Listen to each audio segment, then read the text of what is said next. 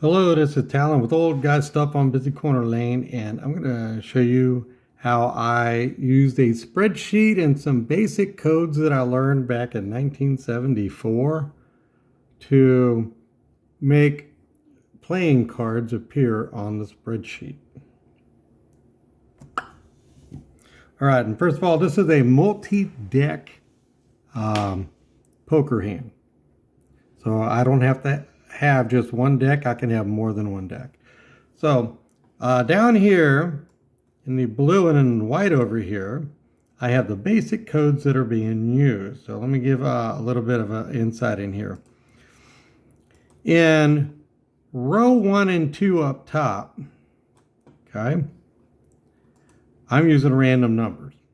It actually says equals rand between, and in parentheses 1 comma 52, which means the lowest number is 1, highest number is 52. So it's a sum whole number between those.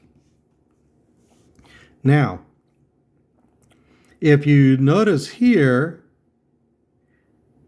okay, row 2 is exactly the same as row 1 above it.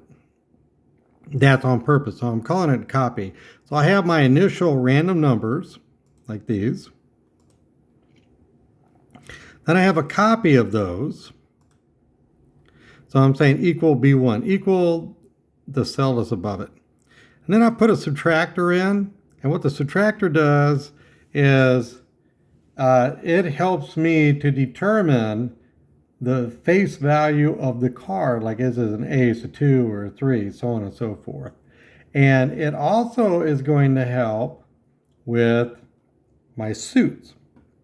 So what basically happens then is to get the face card part on this, like my queen or my king, then I am using this code here that says if, and in parentheses, B3 equals 13, then display the letter K for king, right?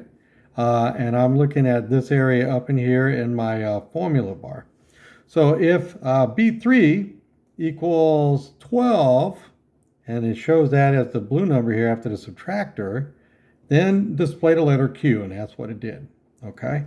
And then down below, I've got if C1 is greater than 39, then make it a spade. So it shows this down here, okay? Make it a spade.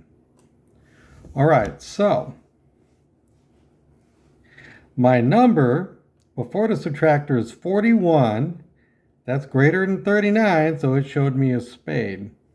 So like if I'm looking at diamonds, my number is 9, though the face of the card is a 9, and my suit is a diamond because down here in the code, I'm saying if that cell is greater than 0, but it's not greater than 13, which is to the left of it, then show a diamond.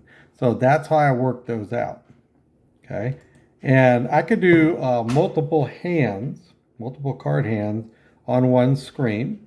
And all of these things could disappear if I just decide to change the font color to black. So I could change everything on here so we don't see anything other than the cards, like this. And then we're just animating cards, like that. So that is how I did this with playing cards to set up a basic 5-card poker hand. I did a similar thing with slot machines to animate slot machines. Let me see if I can get that to pull up real quick, and I will pause.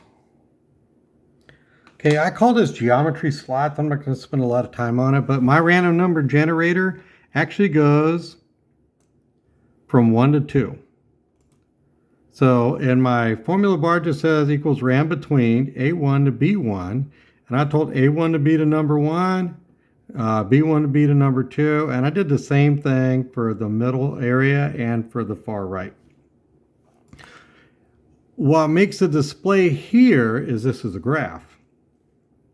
This is a plot area, and it's a graph. So I could change my graph type if I wanted to, but I'm not going to.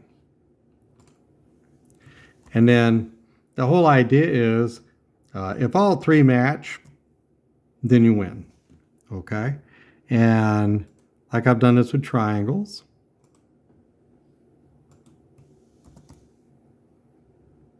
You can basically do it with any geometric shape. And all I'm doing is random number generators, and then I'm telling it to take these random numbers and turn them into a graph. And in this case, it's a radar graph. So hopefully you learned something kind of helpful, maybe interesting.